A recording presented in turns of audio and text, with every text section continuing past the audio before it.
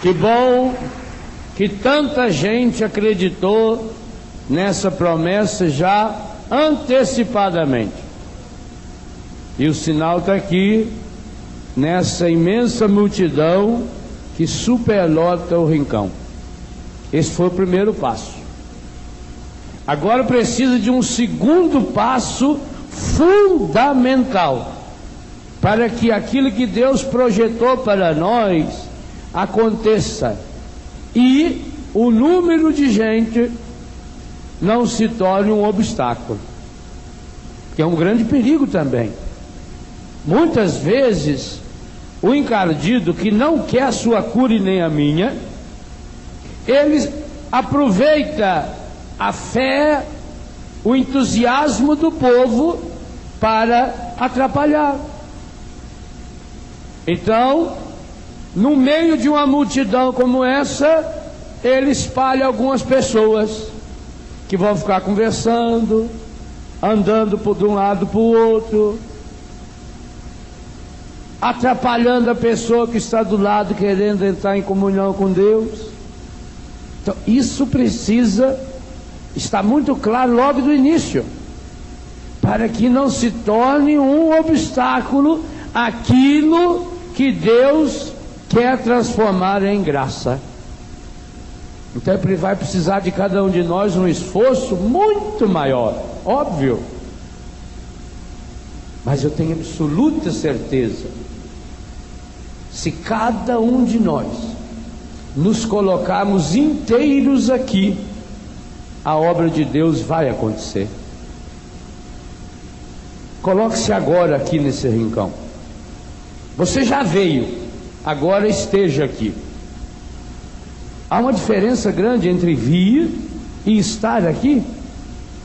Tem gente que pode vir desacordado, por exemplo, doente, ou porque está sob o efeito de um remédio, mas veio.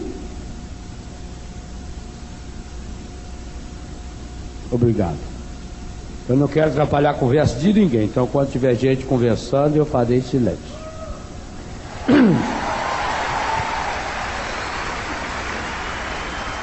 Então você veio, mas precisa agora estar conscientemente aqui, se colocar inteiro aqui, e principalmente saber o que eu vim fazer nesse acampamento, nesse final de semana. Mas não parece óbvio? Já que eu vim, Deus sabe que eu vim porque eu quero a cura. Não. Jesus nunca curou a pessoa simplesmente, pura e simplesmente porque a pessoa estava ali. Esse é um dado interessante. Chega a ser engraçado. Por que será que Jesus, quando via uma pessoa enferma berrando desesperada, já não curava essa pessoa? Essa promessa de Deus para nós, vou pensar-lhes as feridas e curá-las, que Jesus realizou durante o seu ministério inteirinho, realizava sempre em consequência de um ato deliberado da vontade, mesmo que o óbvio parecesse que a pessoa já estava pedindo a cura. Por exemplo, os dois cegos de Jericó, ou Bartimeu, ele estava berrando o tempo inteiro. O povo mandava que ele calasse a boca, e ele continuou berrando. Jesus presta atenção nos gritos dele e manda que tragam o cego. Trazem o cego até Jesus, e quando o cego chega até Jesus, Jesus pergunta: o que você deseja? Parece cômico, mas não é óbvio que se esse cego está berrando o tempo inteiro, tanto que as pessoas mandaram que ele calasse a boca, não é lógica que ele está pedindo a cura, e a cura da sua cegueira, porque ele não tinha nenhuma outra enfermidade, não era um cego paralítico, não era um cego com câncer, não era um cego leproso, o único problema dele era cegueira. O que a lógica diz que ele deveria estar pedindo para Jesus? que o curasse da sua. Mas no entanto Jesus precisou ouvir isso da boca dele. O paralítico, 38 anos deitado na beira da piscina, que vivia ali lamuriando, que se fez de vítima, porque ninguém jogava ele na água quando o anjo agitava a água, e ele tinha se acostumado, estava naquela lamúria. Na lógica, o que ele queria de Jesus? A cura. Mas Jesus fez ele falar que queria a cura. Perceba, por que será que Jesus exigia isso? Porque Jesus era muito orgulhoso e queria ser exaltado pelas pessoas? Porque Jesus jamais fez qualquer cura sem que a pessoa demonstrasse claramente qual era o seu problema.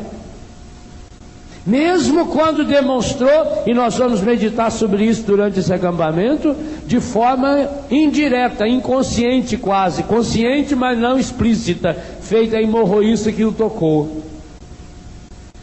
É preciso manifestar. Esse é o primeiro passo da cura. Deus não supõe o que você precisa. O relacionamento da cura em Deus é dialógico, é um diálogo. A cura, ela faz parte é uma parte do diálogo. E começa dizendo isso na primeira parte do versículo. Vou pensar-lhes as feridas. Veja, não está escrito vou pensar nas feridas. Que pensar nas feridas seria ficar recordando, remoendo a doença. Vou pensar-lhes as feridas. O que significa esse pensar a ferida? Será que Deus está dizendo que vai ficar olhando para a ferida e dizer, nossa, o que será que aconteceu? Olha que feridona, né? Bacana, isso é um feridão de primeira mesmo. Ou será que vai ficar perguntando, o que aconteceu com essa ferida? Foi topada? Foi pedrada? Foi cobra que mordeu? O que é pensar-lhes as feridas? Hein? Curar? Então para que falou depois que vai curar? Primeiro diz que ia pensar. Vou pensar-lhes as feridas e depois do pensar, curá-las. Quando eu escolhi esse versículo para esse acampamento, eu pensei exatamente nisso. Nós não recebemos a cura de Deus muitas e muitas vezes porque nós vamos diretamente na cura e não deixamos Deus pensar as nossas feridas. O que é pensar a ferida? É cuidar, é botar a mão, é olhar e descobrir a causa profunda, é estabelecer uma relação de diálogo. Jesus sempre estabeleceu uma relação de diálogo com as pessoas, por pior que fosse a situação dessas pessoas. Quando o Senhor cura, por exemplo, aquele endemoninhado gadareno, está no Evangelho de São Marcos capítulo 5, ninguém chegava perto dele, ele vivia no cemitério, ele vivia se batendo, se cortando, nem no túmulo conseguiam prendê-lo. Ele não conseguia viver de roupa, ele vivia pelado, babando, berrando às noites nos cemitérios. Ninguém chegava perto dele. Quando Jesus o cura, o que as pessoas ficam impressionadas é que quando chegam até ele, ele está sentado, vestido, decente e dialogando com Jesus. Tanto que Jesus dá-lhe a missão de ir para a casa dele, anunciar o evangelho para a família dele. Aquele homem que ninguém podia chegar perto, aquele homem desequilibrado, agora é um discípulo que senta-se aos pés do Mestre, que ouve Jesus e que pode falar agora em nome de Jesus. Esse diálogo precisa estabelecer-se. Nós não podemos jamais confundir a cura. Muitas vezes o que se promete nas falsas doutrinas é o curanderismo, e como nós estamos mergulhados no mundo, aonde acabamos acreditando nas coisas fáceis, também acreditamos que a cura é um ministério fácil, que não vai exigir mais de nós o esforço. Aliás, muitas vezes a gente quer ser curado para continuar pecando, para continuar no erro. Pensar-lhe as feridas significa que Deus quer estabelecer um diálogo conosco, e nesse diálogo é preciso que se pergunte qual é a causa dessa enfermidade. Imagine se a pessoa põe o pé numa bacia cheia de gelo, e isso a resfria. Então ela fica resfriada porque está com o pé no gelo. Aí ela continua com o pé no gelo, renovando o gelo e tomando remédio para não ficar resfriado. Nós fazemos isso. Nós rezamos, mas ficamos com o pé no pecado. Nós rezamos, mas deixamos um rastro de pecado dentro de nós, através da mágoa, através da ira, que se transforma em ressentimento. Nós vamos falar sobre isso nesse acampamento. O perigo de deixar a ira se transformar em ressentimento, e que quando isso acontece, essa é a grande brecha, a grande porta de entrada encardida dentro do nosso coração. Pensar-lhes as feridas precisa ser um ponto de partida, com absoluta certeza. Doença não vem de Deus. Isso tem que estar claro na sua cabeça. Por quê? Se você acreditar que a doença veio de Deus, como é que você vai pedir para Deus tirar a doença? Se foi Ele que deu, não é lógica? Ah, mas às vezes Deus manda a doença que é para a pessoa mudar de vida. Gente, será possível que Deus precisa dessa pedagogia? Então não é amor. Acreditar que a doença veio de Deus é negar toda a ideia que tem a Bíblia e a doutrina da Igreja Católica. A primeira certeza é: doença não vem de Deus. A doença nunca é vontade de Deus. Você pode fazer da doença, ensinava João Paulo II, pode fazer da doença um caminho para a vontade de Deus. Isso é outra história. Que teve muitos santos que transformou a sua doença num caminho para Deus, isso não há dúvida. E aliás, aqui está o processo de santidade desses homens e dessas mulheres, que também nós podemos realizar. Eu posso transformar a minha doença, eu posso transformar a minha enfermidade num caminho para Deus, inclusive para mim e para outras pessoas. Isso é outra história. Mas, como ponto de partida, como origem, a doença jamais é vontade de Deus. Segunda coisa, se Deus não manda a doença, Deus também não permite a doença. Doença não tem a permissão de Deus. A doença é uma afronta a Deus. A doença machuca mais Deus do que a gente. A doença é consequência do pecado pessoal, mas, como diz uma filha minha, mais pior do pecado comunitário, do pecado social. Aliás, a doença é muito mais consequência da somatória de pecados do que do pecado pessoal. É uma mentalidade de pecado que vai criando um ambiente propício para a doença. A doença ofende a Deus, porque a doença, ela deforma o plano de Deus a respeito da pessoa. A doença cria um obstáculo para a ação de Deus na vida da pessoa. A doença fecha-nos, ela empobrece-nos. Repito, tem pessoas agraciadas de Deus que pode até transformar essa doença, uma doença, em caminho para Deus. Pegue o exemplo, porque Jesus nunca ficou doente. Nunca ficou doente. Há alguma vez alguma passagem que diz que Jesus ficou doente? Mas não era humano. Ele cansou. A Bíblia diz que ele cansou. Tanto que lá quando estava atravessando a barca, ele estava tão cansado que arrumou um travesseirinho, pôs lá na proa e dormiu.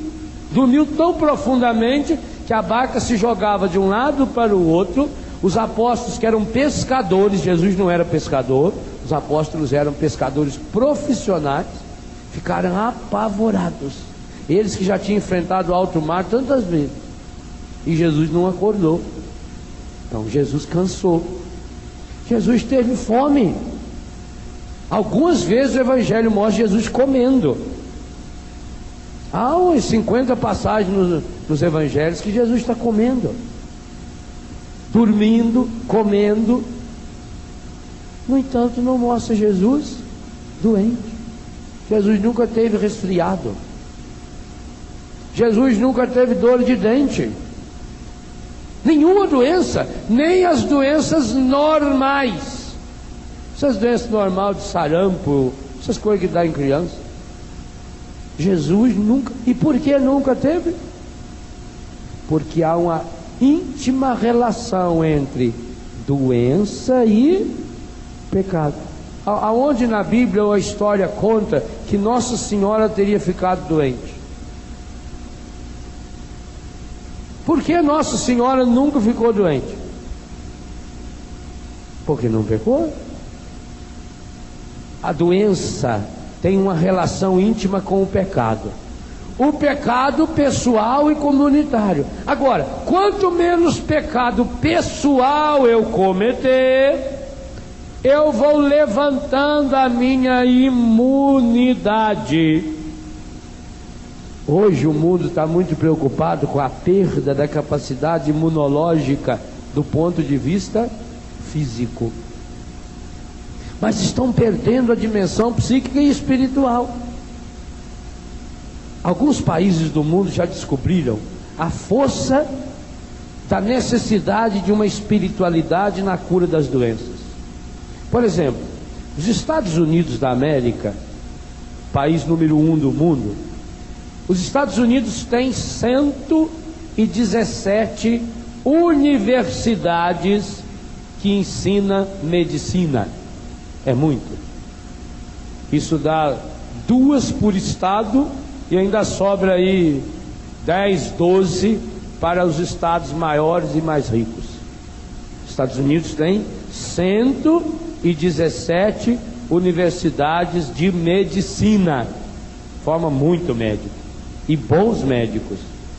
Das 117 universidades dos Estados Unidos, universidades de medicina, 80 tem uma matéria chamada espiritualidade e cura.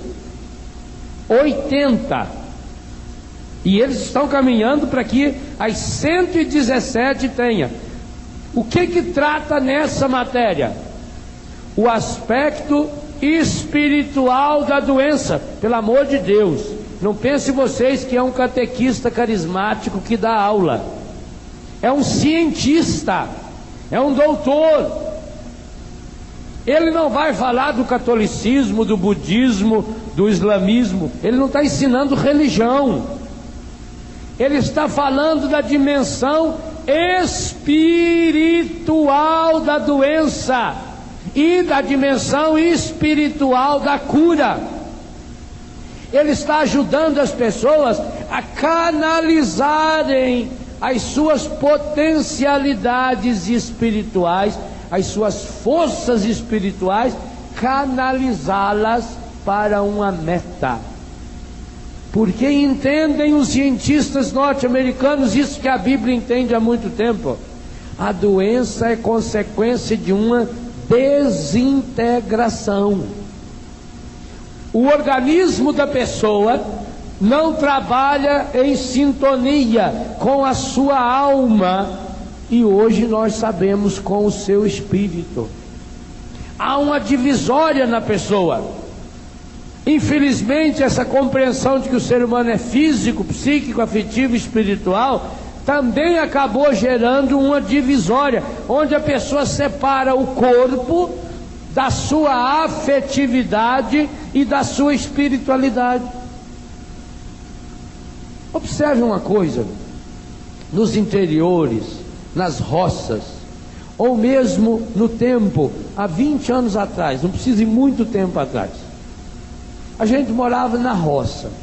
Quando eu falo a gente, eu estou falando em 80% da população brasileira há 40 anos atrás.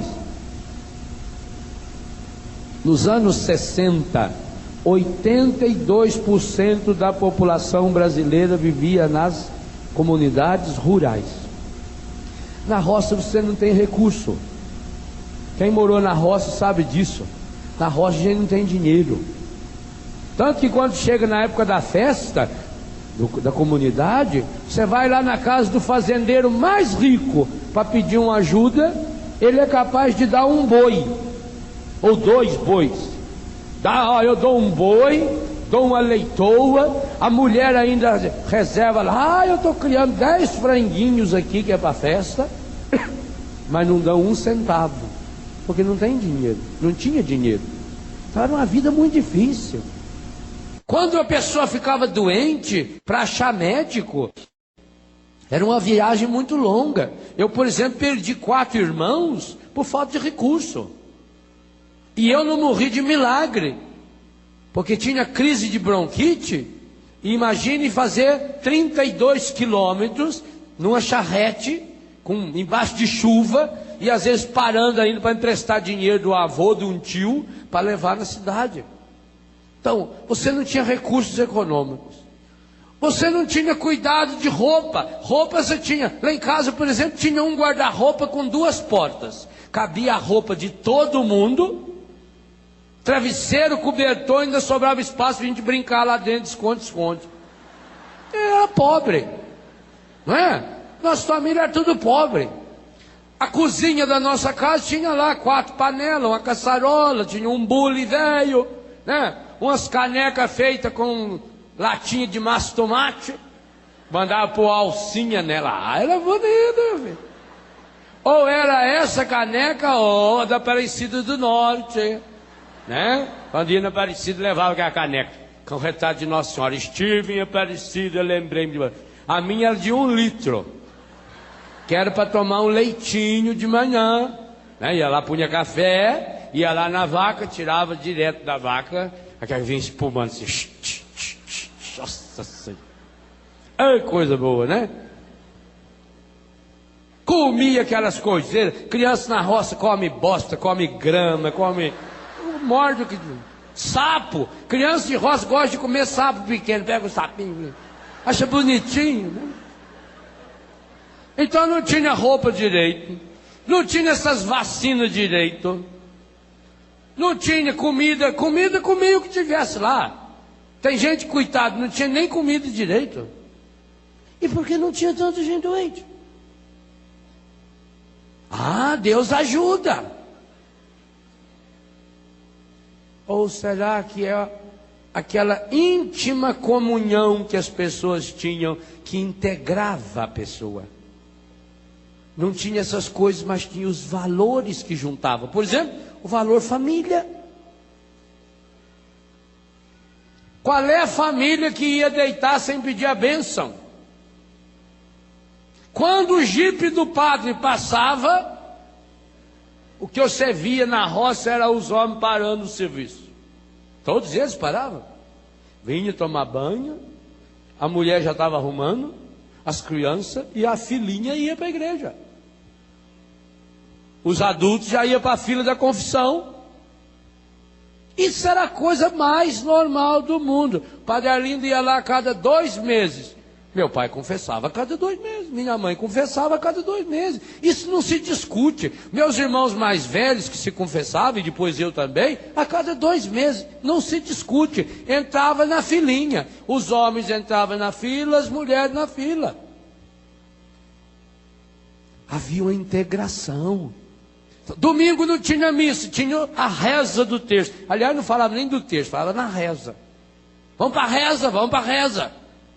E já ia antes, as crianças ficavam brincando lá dentro da igreja, lá na porta da igreja. As senhoras ficavam sentadas nos bancos, os homens ficavam lá numa barraca ou agachados lá, proseando. Tinha assunto. Eu tinha um tio, sempre passou na minha cabeça, o tio Nofre. Todos os dias, desde que eu me conheci por gente, todos os dias, o tio Nofre saía do serviço dele, tirava o leite, ele para as 9 horas terminava, todos os dias. Entrava na porteira, subia lá em casa, mamãe estava esperando ele, é irmão dela. Os dois sentavam, lá perto do fogão, e ficava lá todos os dias, meia hora, 40 minutos, 1 hora conversando. O que eles conversavam, eu não sei. Eles, vejam, não tinha assunto de novela, de CPI, não tinha essas coisas. Eles não tinham acesso a essas conversas. Sobre o que eles falavam. Percebe o que eu estou falando dessa integração? É família, é com a igreja, é com a natureza. Se eu estava recordando que eu estava preocupado com o meu cachorrinho, que nesse frio, lá no sul, fez muito frio. Falei, meu Deus do céu, eu tenho que deixar ele lá dentro com uma cobertinha. Aí me lembrei, olha como é que o Espírito Santo é fabuloso. Me lembrei da casa de meu avô. Na casa do meu avô, a porta da cozinha tem uma parte embaixo cerrada, uma portinha presa em cima assim com um pedaço de correia, que abre por dentro e por fora, que é para os cachorros e para os gatinhos ir lá fora fazer o serviço deles, tomar água, fazer cocô e voltar para dormir dentro de casa. Olha essa integração. Ninguém falava de ecologia para meu avô, não. Mas pensar era integração. Imagine se a gente batesse num animal. Porque tinha uma integração com os animais. Os animais faziam parte da história da família. Porque eu preciso dessa integração. Hoje a medicina está descobrindo a importância. Por exemplo, pessoas que tenham sofrido algum acidente, não anda, fazer treinamento com cavalo. A medicina hoje descobriu que não existe nenhum aparelho que seja mais importante do que andar a cavalo para uma pessoa que tenha lesão na medula. Porque o cavalo exige da pessoa todos os movimentos que ela precisa. Cavalo, a pessoa tem esse movimento. Quando o cavalo anda, a pessoa tem esse movimento. Terceiro movimento, que força, pode ver o balançar de um cavalo, esse giratório. E quarto movimento, todos os movimentos necessários que não tem nenhum aparelho, em nenhum lugar no mundo, não tem nenhum computador que regula um aparelho de academia que tem esses 4 movimentos. O cavalo tem. Além de ter um quinto que eles não colocam, mas que a gente sabe, que é a afetividade de encostar o rosto no rosto do cavalo. Do cavalo sentir o seu cheiro. Então essa integração com a natureza, com os animais, essa integração com a vida, essa integração com a comunidade, essa integração com Deus através da oração familiar, da oração comunitária. Tudo isso vai criando, é o pensar-lhes as feridas, vai criando um clima favorável para a cura. A doença vem, mas vai embora. E outra coisa importantíssima: por que as doenças na roça não tinham e não têm ainda a conotação negativa que tem na vida da cidade? Na cidade a pessoa ficou doente, leva para um hospital, se for caso grave isola lá na UTI, se não tem só uma meia horinha por dia para falar com as pessoas. Coitados, quantos enfermeiros que não tem nem tempo de saber o nome do paciente, o paciente vira número. Como é que está lá o 308? 308, de amanhã não passa não. O 412 também, viu? 412, olha, sei não, a família está tão esperançosa, mas... é coisa grave, é coisa grave. E o 19, olha, o 19 é capaz que ainda... não tem como, é um pinguinho de enfermeiro, gente. Tem hospital aí que tem 100 doentes numa ala, um enfermeiro, 2 enfermeiras a noite inteira para cuidar deles. Que gente que cuida? Isso é um absurdo. Não estou falando dos enfermeiros, não. Graças a Deus nós temos esses enfermeiros e enfermeiras ainda, que muitas e muitas vezes é a única presença de Deus na vida de um doente. Muitas e muitas vezes. Na roça, doente integra. Basta ficar sabendo, tem o filho da fulana está doente, o marido da fulana está doente, a fulana está doente. Mas não tenha dúvida. Todos os vizinhos programam a sua visita. Às vezes parece festa. Na roça, quando alguém fica doente, faz festa.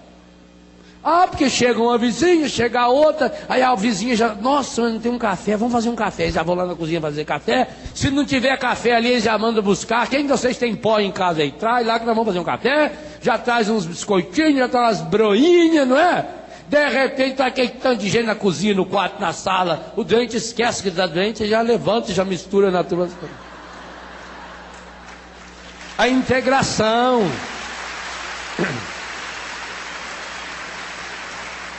A pessoa quer sarar. Olha, gente, eu tenho encontrado muita gente doente que não quer sarar. Porque sarar compromete. Por exemplo, essas pessoas que encostam do NPS. Não quer sarar, não. Aqui que quer sarar. Ela pensa, meu irmão não é doente, coitado, está desempregado. Eu que vou continuar aqui com a minha doença. Só que não se esqueça, a doença é obra do encardido. Quantas pessoas não querem sarar? Por isso Jesus pergunta, que queres? Que desejas?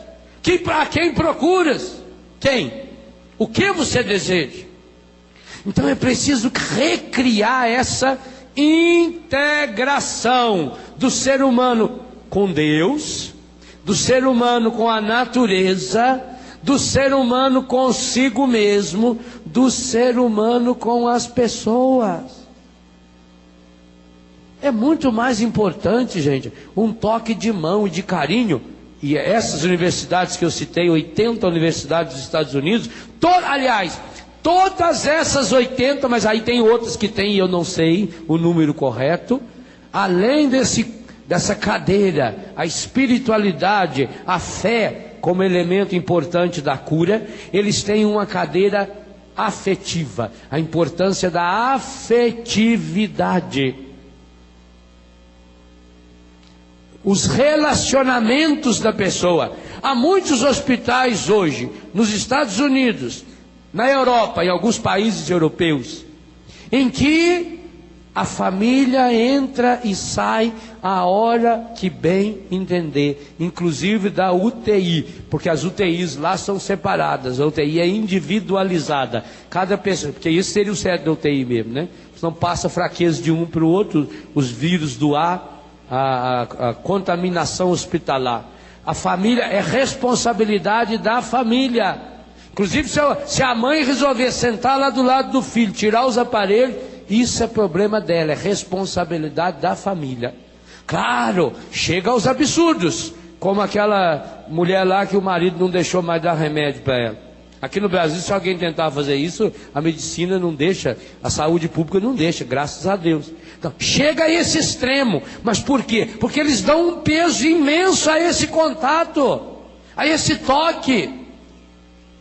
Meus irmãos, primeiro compreender, portanto, que a doença faz parte de um projeto contrário a Deus. Basta lembrar, Jesus nunca foi doente. Nossa Senhora nunca teve doença. Nenhuma doença. Nenhuma indisposição de enfermidade.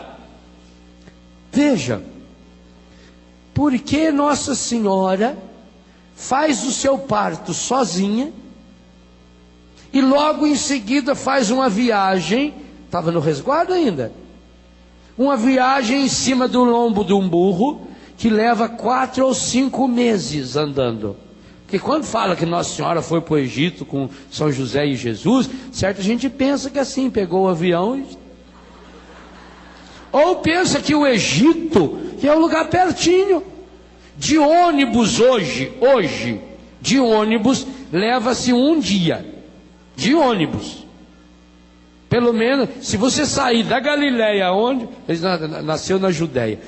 Nos caminhos de hoje, 8 horas, 9 horas de ônibus. Agora você imagina em cima de um lombo de burro, que tinha que ir dando volta e contornando. E também não é pelas estradas de hoje. E nas estradas de hoje não tem nenhum lugar para tomar água. Agora fizeram um posto de gasolina lá que tem. Não tem lugar para tomar água. Agora quem vai de burrinho tem que ir procurando os caminhos aonde tem água, aonde tem alguma gruta. Não pode ir pelo meio do deserto como a gente vai em linha reta.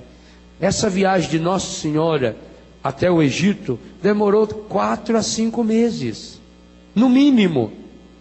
Como é que uma mulher que acabou de dar à luz, que teve uma gravidez igual a das senhoras que já ficaram grávidas, pode fazer uma trajetória dessa? Porque não tendo pecado, o corpo de Maria era todinho equilibrado. E aliás, quando a mulher fica grávida, quando ela tem o filho, leva-se pelo menos 40 dias, o resguardo, para reequilibrar o seu organismo, para tudo voltar no lugar. A criança vai crescendo de dentro para fora, ela vai empurrando, as coisas saem do lugar, é isso mesmo. Agora tem que voltar no lugar, tem que reintegrar o organismo da pessoa. A medicina diz que leva 40 dias, o povo antigo já sabia disso do resguardo. Por isso as mulheres que têm filhos precisam tomar um grande cuidado com o resguardo, porque talvez imediatamente não sintam os efeitos, vão sentir depois de 20 anos o sofrimento que é. Quantas mulheres que não faziam resguardo, como foi terrível o final de sua vida, porque o organismo cobra, nosso corpo cobra. Então nós precisamos entender a doença. A doença faz parte de um projeto de desintegração do ser humano. Quanto mais desintegrado eu sou fisicamente, vem a questão da alimentação, por exemplo, uma alimentação desintegrada. Por exemplo, você em viagem não deveria estar comendo determinadas coisas. Você vem para Canção Nova fazer um acampamento, sai lá não sei da onde, lá do Ceará, ó, Juazeiro, terra que eu amo, sai lá do Ceará, aí vai parando, aí para num boteco, chega lá, come uma coxinha, um pão com linguiça, aquilo é uma gordura medonha, é uma delícia na hora. Passa um pouco, você começa a sentir um vum dentro da barriga, um suador, uma disposição. Aí começa a filinha do ratatá. 8, 10 na fila. O motorista tem que começar a parar para renovar o banheiro do ônibus. O corpo é integrado. A gente tem que tomar cuidado. Quem manda ser besta? Quem que não traz? Vê nós na roça? Nós levava matula. A mãe fazia aqueles frango assado, recheado, com as paqueras dentro. Nossa Senhora! Que as garrafas de tubaína, com café com leite dentro, fazia a tampa com a paia do milho. E na hora que parava para comer, beleza, inchava a mão. Limpa o cabelo, limpa. Comida de casa, né, besta? Mas fazia bolão, aqueles bolão de fubá, minha Nossa Senhora. Eu comi um daqueles sozinho, a forminha. Quer dizer, olha aqui, a comida era um processo de integração. Hoje a comida é desintegradora. Você come qualquer porcaria, o efeito vem. Então a doença é um processo de desintegração, com alimentação, com sono. Muita gente, se pegar uma doença, dificilmente vai se recuperar, porque tem um sono completamente desintegrado da sua vida. Deita meia-noite, 1 hora, 2 horas, fica vendo televisão até não sei que hora, levanta 8, 9, 10, 11. Hoje eu não tenho dúvida. E tanto que em Betânia, na minha casa, é uma norma e eu não aceito exceção. O horário de levantar é fixo. Tanto faz se é segunda, terça, quarta, quinta, domingo, férias, feriado. E esse negócio de deixar o fulano dormir até meio-dia, 1 hora da tarde, isso faz um mal para a moral da pessoa, para a disciplina da pessoa, para a saúde, porque fica desintegrada, o organismo perde. Quando a gente faz essas viagens, gente, que a gente vai pregar em outros países, meu Deus do céu, como a gente fica arrebentado. Eu quando fui pregar no Japão, eu fui no Japão, voltei no Japão, e o meu mecanismo de hora mas não chegou nem próximo do horário do japonês. Pois aqui, hoje aqui já é manhã lá, isso é um absurdo. Amanhã lá é ontem aqui, isso não está certo. Você vai para Israel, são 6 horas de diferença, como é que você chega lá e começa a pregar? E quantas vezes eu já saí do avião, no aeroporto, a equipe me esperando, entro no carro e vou direto, começo a pregar. Algumas vezes. 3, 4 horas, faz uma diferença imensa. Aí a gente volta no domingo, chega aqui segunda-feira, dia de trabalho, você está arrebentado. Então como é que você faz isso em casa? E faz, desintegra. Então você desintegra na comida, desintegra na bebida, come fora de hora. Ah, não consegue dormir, que jeito você dorme também? Come feito um porco. 8, 9 horas da noite, senta e come, fica lá na frente da televisão e comendo. Ah, eu não consigo dormir de barriga vazia. E nem de barriga cheia. Come feito um condenado, aí deita na cama. Mas meu Deus, o organismo não pode dormir. Se o organismo dormir, você vai ter uma congestão. Ele precisa trabalhar, porque quando a gente dorme, é como se entrasse em stand-by. Nosso organismo vai diminuindo o ritmo para poder descansar. Agora, como é que você deita e dá uma ordem para dormir, para descansar, para diminuir o ritmo, se o seu estômago está com umas pedras de comida lá dentro, umas toxinas desse tamanho, que ele precisa eliminar? Aí por isso que você tem pesadelo, por isso que você vira de um lado, vira do outro. Aí, e quanta gente que é terrível, não consegue dormir, levanta e come mais um pouco. Mentira minha? Então, é desintegração. Aí o organismo luta a noite inteira. É paulada. Ele precisa jogar fora. Aí o único jeito que ele tem para jogar fora à noite é suor. Aí você começa o dia errado, desintegrado. Mistura com a desintegração afetiva. Já começa brigando, já começa discutindo. Não canaliza o seu dia. Quantos de vocês, desculpem minha franqueza, determinam que o dia vai ser péssimo logo cedo? Não é assim? Acorda mal-humorado. Acordou mal-humorado? Dá um jeito. Vira, muda. Determine como será. Vou pensar-lhes as feridas. Como será o meu dia?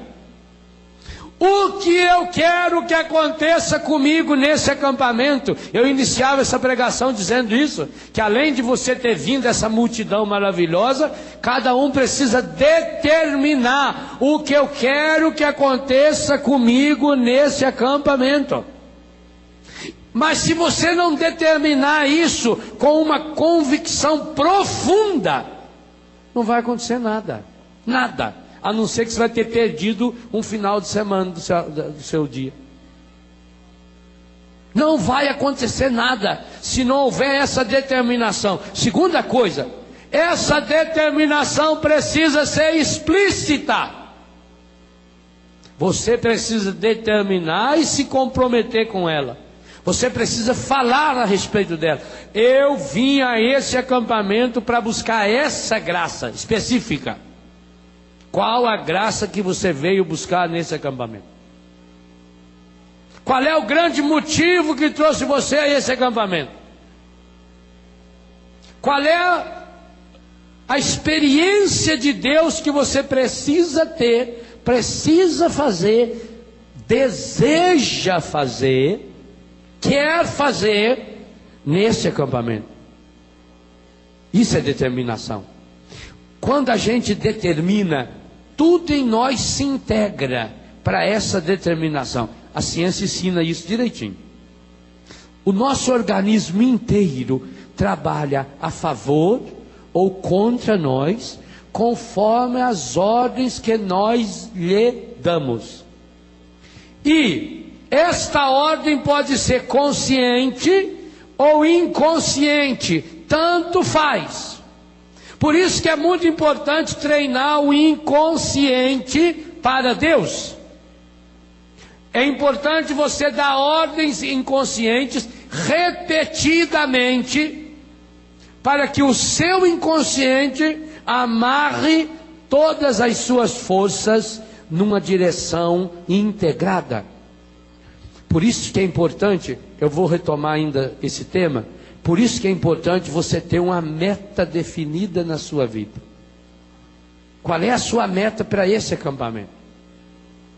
Mas não pode ter só a meta, porque a meta é aonde eu quero chegar. Então, a minha meta do Padre Léo é chegar na imagem do Sagrado Coração de Jesus. Minha meta. Eu quero chegar lá na imagem do coração de Jesus. Tem essa meta, agora eu vou caminhar para ir na imagem do coração de Jesus. Aqui tem um obstáculo. Então, olha que pena, hein? Tanto que eu queria chegar lá, mas tem essa caixa aqui. Aí eu vou tentar tirar a caixa. É pesada. Fazer o quê, né? Eu queria, né? Ah, como eu queria chegar lá. Mas comigo é assim mesmo, desde pequeno, me lembro quando eu tinha 5 anos, eu também queria chegar lá, não deu. Quando eu tinha 9 anos, eu também queria ir na casa do meu tio, não pude. Ah, meu Deus. Quando eu tinha 13 anos, quando eu tinha 18, eu queria servir o exército, aí não pude. Ah, meu Deus. Ajuda eu, Senhor. Já que eu não posso ir, o Senhor podia vir aqui.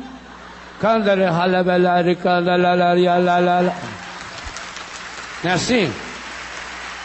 É uma pena. Então, além da meta, eu preciso ter um objetivo claro e definido. Por que que eu quero chegar lá? Não é mais só aonde eu quero chegar. Agora é por quê. Então eu posso até estar sentado aqui pensando, mas por que que eu preciso chegar lá? Qual é as razões que tem dentro de mim? E aí eu estou criando dentro de mim a decisão. Na hora em que você tem o objetivo claro, ao lado dessa meta, o seu organismo começa a criar caminhos alternativos para eu chegar lá. Enquanto eu tenho a meta, eu não saio aqui, ó. Quando eu tenho objetivos claros, por que eu quero chegar lá, imediatamente nós caímos nos propósitos. E o propósito é o que eu vou fazer para chegar lá. Então eu começo a achar alternativas. Eu não posso passar por aqui, então eu vou contornar por aqui. Ah, mas vai que aqui tem um outro obstáculo, eu vou contornar por aqui. Aqui também não dá, eu vou lá por trás, dou a volta, viro lá e chego lá. Mas não dá, lá atrás está fechado, então eu dou uma volta, ó. Eu estudo, espero o povo ir para almoçar, tá assim lá, vai lá e eu chego aqui. É achar caminhos. O cachorro faz isso. Cachorro quer ir num lugar, se ele está determinado a ir, ele vai. Ele vai dando volta, ele vai cheirando, ele tem um bom senso de direção, ele vai correndo, de vez em quando ele levanta a cabeça, olha para saber se precisa mudar o rumo, mas chega. Então eu preciso de meta, eu preciso de objetivo, eu preciso de propósito. Você precisa de meta, de objetivo e de propósito para aquilo que você deseja que Deus realize na sua vida nesse final de semana aqui na Canção Nova. Além do que você quer a cura, você quer a libertação, ótimo, mas é preciso agora os objetivos claros. Por que eu quero? Eu preciso me convencer para canalizar todo o meu ser psíquico, afetivo, espiritual, porque tem uma coisa importantíssima que você fica claríssimo: enquanto todo o meu ser não estiver convergindo para essa meta, a cura de Deus não se realiza. Por isso as perguntas de Jesus.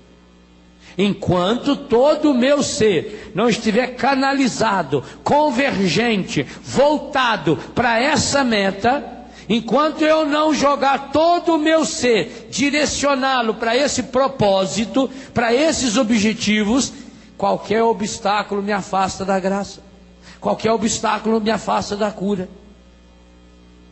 Eu preciso ter definido o que eu quero nesse acampamento.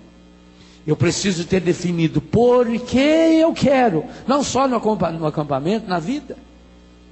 E aí o terceiro passo importante: o que fazer para realizar esse meu propósito, esse meu objetivo, essa minha meta? Que caminho eu vou percorrer? E vou criando. E aqui tem um elemento importantíssimo, gente. Tudo favorece nesse acampamento exatamente por isso. O número de pessoas, quanto maior o número de pessoas pensando e rezando numa mesma direção, cria-se um elemento importantíssimo, uma força comunitária de oração, que acaba contagiando os outros. Talvez vai ter gente, claro que tem, gente que está aí, mas não está muito inteiro aqui. Gente que está aí, mas não sabe nem bem por que veio. Talvez gente que veio por vir só, ou veio só para ver o que é, porque já que fala tanto, todo mundo comenta. Talvez tenha pessoas espalhadas aí no meio. Não tem problema.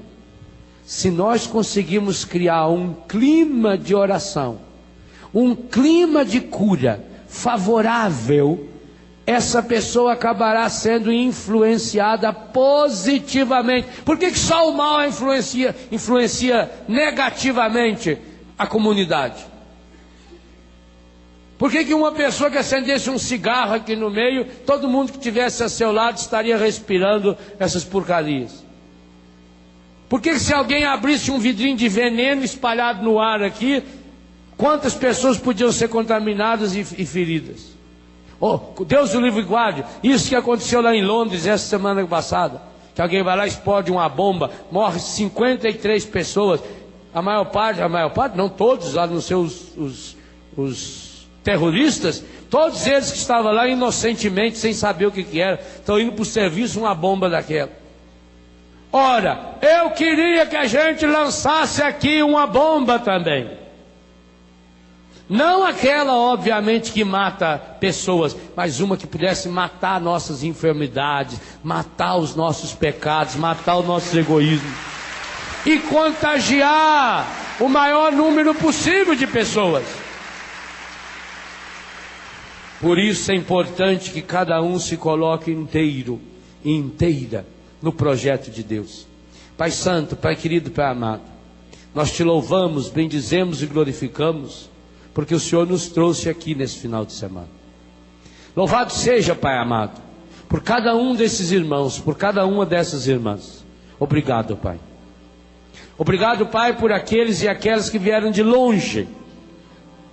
Obrigado, Pai, por aqueles e aquelas que estão com a disposição interior de enfrentar todas as dificuldades de um encontro grande como esse.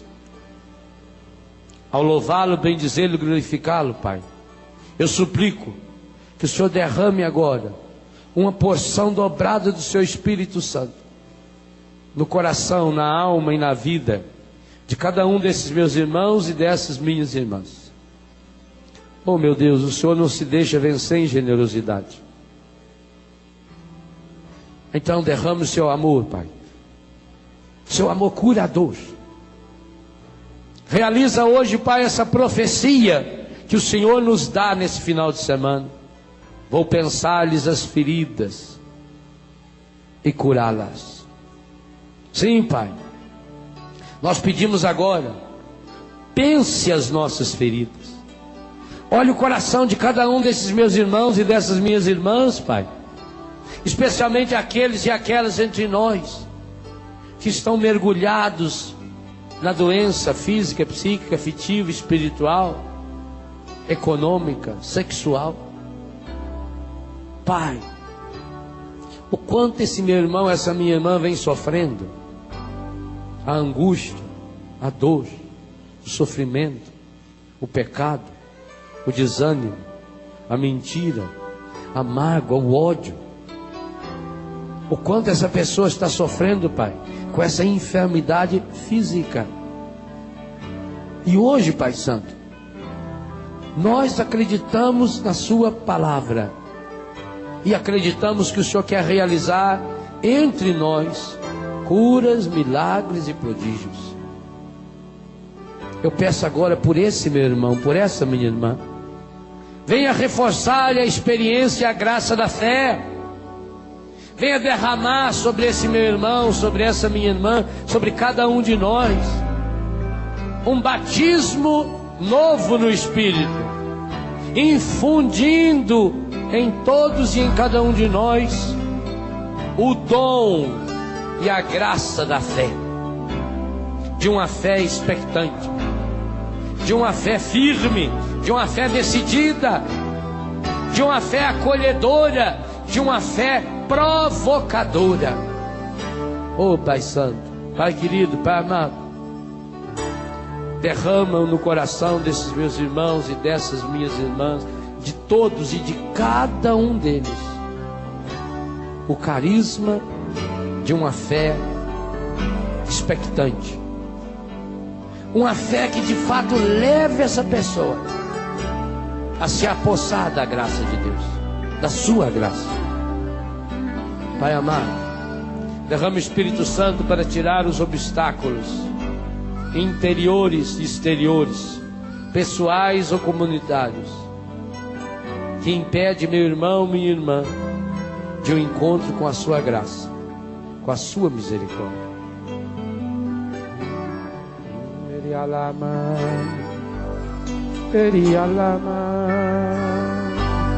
Ola malaria, la malaria, la la. Diria la malaria, la la. Oh, la malaria. Diria la. Vai soltando sua voz. Vai criando esse grande clima de oração. Diria malaria, la. Vai desprendendo-se de toda preocupação.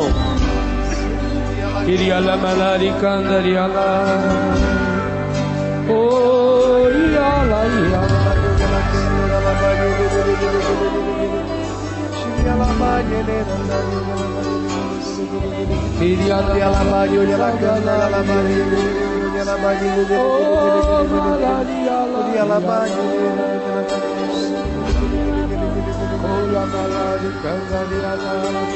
Vá se soltando em Deus, vá se desprendendo em Deus, vá tomando a posse da graça de Deus já nesse momento, nessa manhã.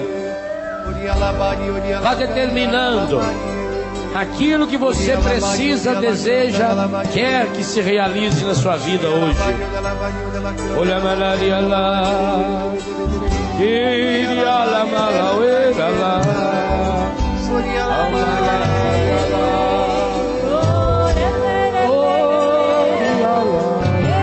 põe a mão na pessoa que está do seu lado direito. Peça por ela agora.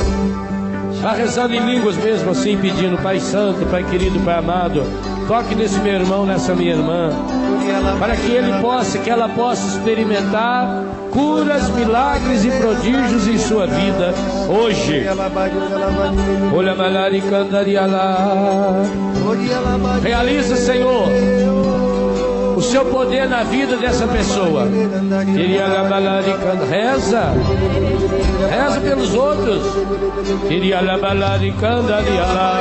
Feche os seus olhos para se concentrar na oração. Cura, Senhor, essas pessoas enfermas. Liberta, Senhor, essas pessoas oprimidas.